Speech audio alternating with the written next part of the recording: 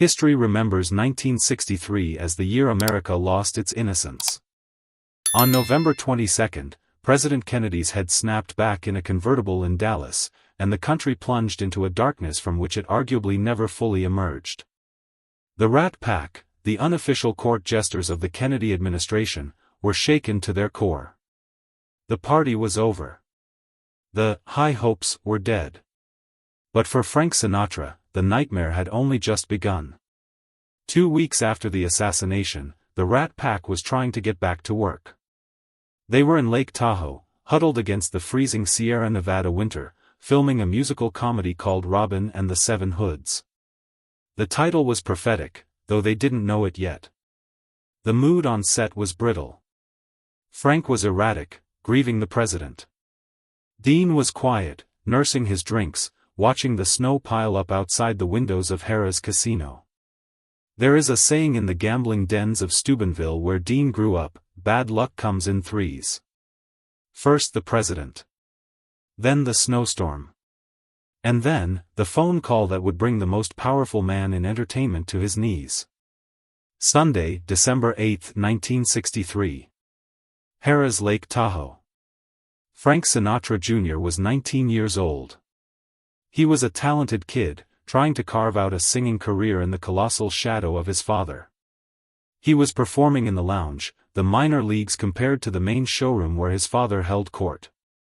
At 9 p.m., Frank Jr. was in room 417, eating a steak dinner with a friend before his show. There was a knock on the door. "Room service," a voice said. When the door opened, it wasn't a waiter. It was Barry Keenan and Joe Amsler, two amateur criminals fueled by desperation, whiskey, and a plan so audacious it was almost suicidal. They had guns. They tied up the friend. They grabbed Frank Jr., blindfolded him, and dragged him out into the swirling snowstorm. They didn't take him to a dungeon. They put him in the trunk of a Chevy Impala and drove through a police roadblock, bluffing their way past the officers who were looking for stolen tire chains, not the kidnapped son of an American icon. Back at the hotel, the friend managed to free himself. He called the police. Then he called the suite of Frank Sinatra. When the news hit Frank Sinatra, he didn't react like a movie star.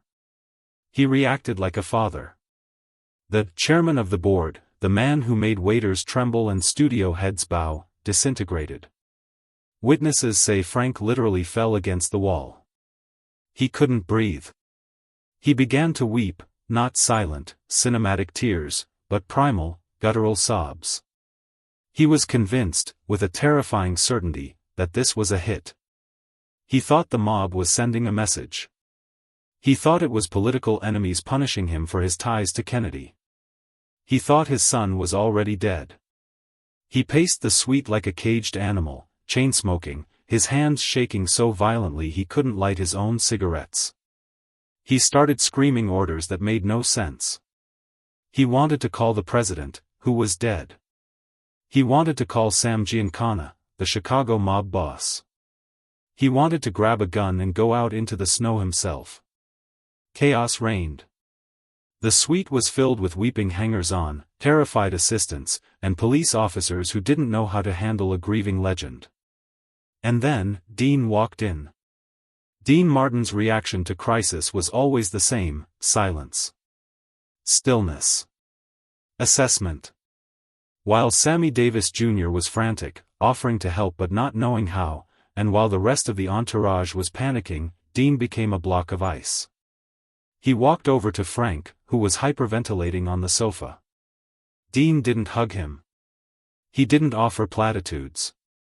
He poured a glass of water, put it in Frank's hand, and covered Frank's trembling hand with his own large, steady hand. "We're gonna get him back, Frank," Dean said. His voice was low, devoid of emotion, the voice of the blackjack dealer telling you the house rules. "We're gonna get the kid back." Frank looked up, his eyes wild. "They took him, Dino. They took my boy." "I know," Dean said. "And we're gonna buy him back. I don't care who has him. We pay." Dean Martin turned to the room. He looked at the chaos. "Clear the room," he ordered. It wasn't a request. The room cleared. Then Dean did something that defines his character forever. He pulled out his checkbook. In 1963, Dean Martin was rich, but he was famously frugal. He didn't splash cash like Frank. But that night, he wrote a check. He didn't fill in the amount. He signed it and slid it across the coffee table to Frank. "Whatever it costs," Dean said. "If you can't get to your money fast enough, use mine. Use all of it." Frank stared at the check. He stared at Dean. For 20 years, they had joked, drank, and performed together. But this was the moment the friendship was sealed in blood. Dean was offering his entire fortune to save Frank's son. The next 48 hours were a blur of high-stakes tension that Hollywood scriptwriters couldn't invent. The FBI descended on Lake Tahoe. J. Edgar Hoover, who hated Sinatra, nonetheless put his best men on the case. They tapped the phones. They set up command centers. But Frank didn't trust the FBI. He trusted the streets. He reached out to his contacts in the underworld. The rumor mill in the mafia went into overdrive. Sam Giancana was furious. "Who touched Frank's kid?" he reportedly screamed. The mob had a code: you don't touch families. Especially not the family of the man who brings in the high rollers. The kidnappers, Barry Keenan and his crew, had no idea what they had unleashed. They were amateur hour. They were holding Frank Jr. in a house in Canoga Park, Los Angeles, listening to the radio, realizing they had kicked a hornet's nest. The entire world was looking for them. The FBI was hunting them. The mafia was hunting them. Dean Martin stayed by Frank's side. He canceled his shows. He canceled his recording sessions. He sat in that hotel suite, playing gin rummy with himself, just being a presence. He knew Frank couldn't be alone. Frank was suicidal. Dean was the guard dog at the door of his sanity. The phone rang. The room froze. Frank snatched it up. "Pop?" It was Frank Jr.'s voice. Frank Sr. collapsed onto his knees. "Frankie? Are you okay? Where are you?" The kidnappers took the phone. A voice, disguised and nervous, demanded the ransom. $240,000. About $2.5 million in today's money. "I'll pay it," Frank screamed. "I'll pay $1 million. Just don't hurt him. We want $240,000. Used bills. Unmarked. We'll call you with the drop instructions." Click. The line went dead. Now the game changed. It wasn't about finding them, it was about the drop. The FBI wanted to trap them. Frank didn't care about the trap, he just wanted his son. He fought with the agents. "If you screw this up and my boy gets hurt, I will kill you with my own hands," he told the lead agent. Dean stepped in again. He mediated. He kept Frank from punching a federal agent. "Let them do their job, Frank. We pay the money. We get the kid. Then we kill them." This is the part of the story that changed Frank Sinatra's psychology forever. The kidnappers were moving Frank Jr. around.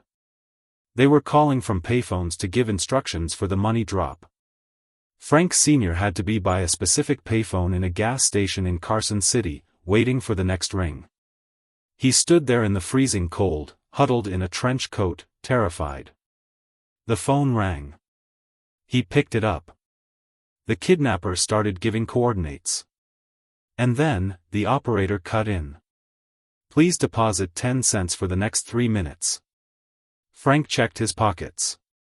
He checked his coat. He had no change. He had millions of dollars in the bank, but he didn't have a dime. "Don't cut me off," he screamed. "I'll pay you. I'm Frank Sinatra." The operator, following protocol, didn't care. The line went dead. Frank slammed the receiver against the glass booth. He shattered it. He fell to the ground, sobbing, searching the dirty asphalt for a dime. He thought he had lost the connection. He thought he had lost his son because he didn't have 10 cents. It turned out the kidnappers called back.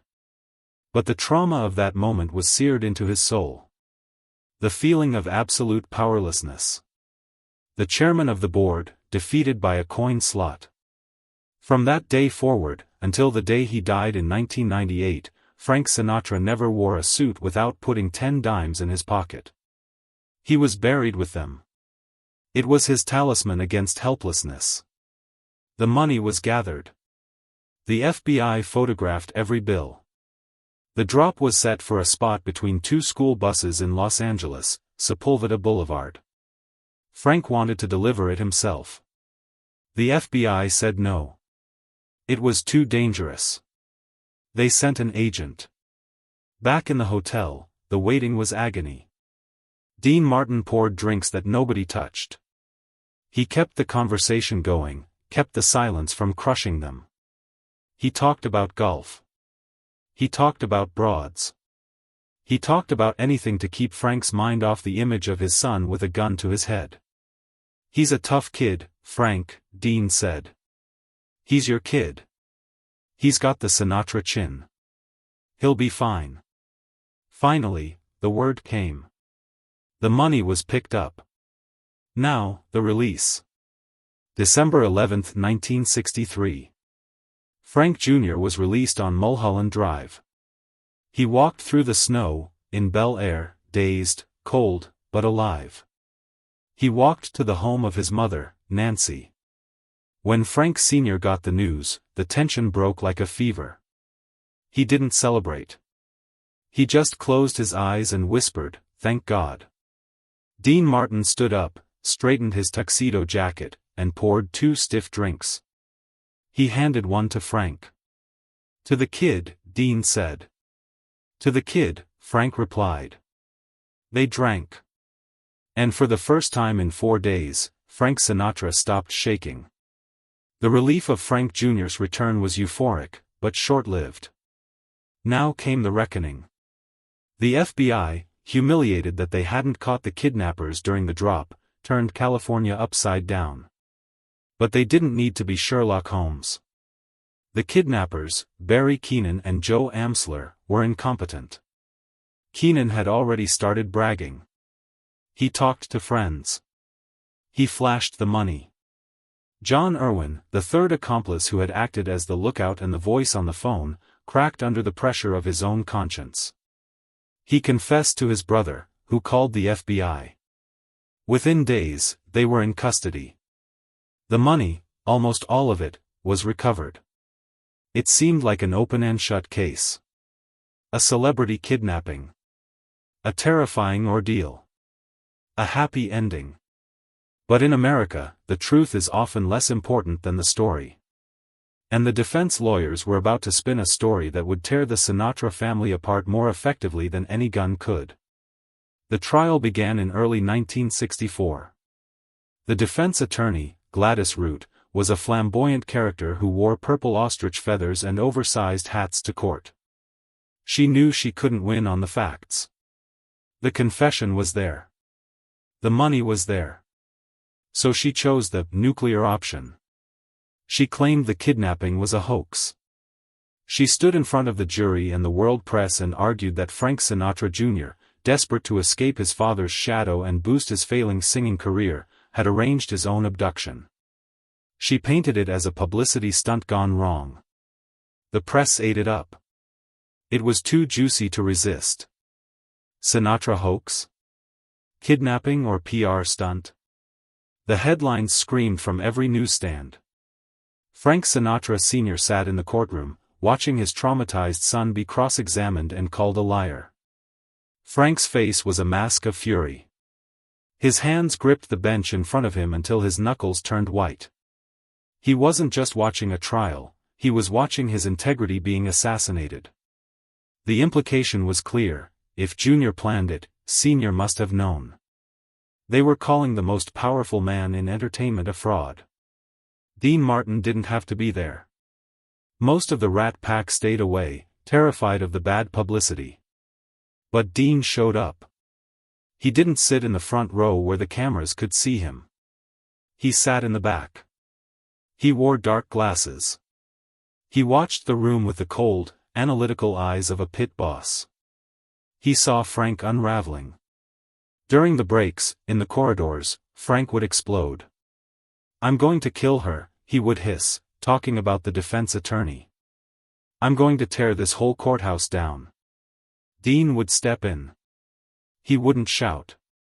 He would just light a cigarette, hand it to Frank, and speak in that low, steady baritone. "If you blow up, they win, Frank. That's what they want. They want the crazy Sinatra. Don't give it to them. Sit down. Shut up. Be the better man." Dean knew something about public humiliation. He had been the stooge to Jerry Lewis for 10 years. He knew that the only way to beat a narrative is to outlast it. He became Frank's anchor. When Frank couldn't sleep, Dean was there. When Frank wanted to drink himself into oblivion, Dean matched him glass for glass, ensuring he didn't drown. Frank Sr. took the stand. It was the most anticipated testimony in Hollywood history. He was angry, he was defensive, but he was truthful. He talked about the fear, the phone calls, the helplessness. Finally, the jury saw the truth. After weeks of circus antics, they returned a verdict: guilty. Keenan and his accomplices were sentenced to life in prison, though, insanely, they would be paroled just a few years later. Frank had won. But the victory was hollow. The hoax rumor had taken root. For decades, whispers would follow Frank Jr. Comedians made jokes about it on late-night TV. "Did you hear about the Sinatra kidnapping? He was released when his dad promised not to sing." It destroyed Frank Jr.'s confidence. He spent the rest of his life working as his father's musical director, standing in the shadows, carrying the weight of a crime he was the victim of. And Frank Sr.? He changed. The kidnapping hardened him. The paranoia that had always lurked at the edges of his mind took center stage. He installed complex security systems. He trusted fewer people. He began to see enemies everywhere. The carefree days of the Rat Pack were officially dead. The laughter had a bitter aftertaste now. But the most lasting scar was invisible. It was in his pocket. Years passed. Decades. The Rat Pack broke up. Dean drifted away into his solitude. Sammy died. Frank got old. But one habit remained, obsessive and absolute. Every morning, when Frank Sinatra got dressed, whether it was for a concert at Madison Square Garden, a dinner at the White House, or a quiet night at home, he would check his pockets. 10 dimes. He needed to feel the metal. He needed to hear the jingle. It was a compulsion born of that freezing night in the phone booth in Carson City, when the operator told him to insert 10 cents or lose his son. He never wanted to be that helpless again. He never wanted to be cut off. Dean Martin knew this. He never joked about it. In a world where everyone mocked Frank's eccentricities, Dean understood the trauma. He respected the dimes. May 1998. Frank Sinatra died. The world mourned the voice. But in the private viewing room, before the casket was closed, a small, intimate ritual took place. Family members placed items in the coffin. A bottle of Jack Daniels. A pack of Camel cigarettes. A Zippo lighter. And then, they poured them in. Dimes.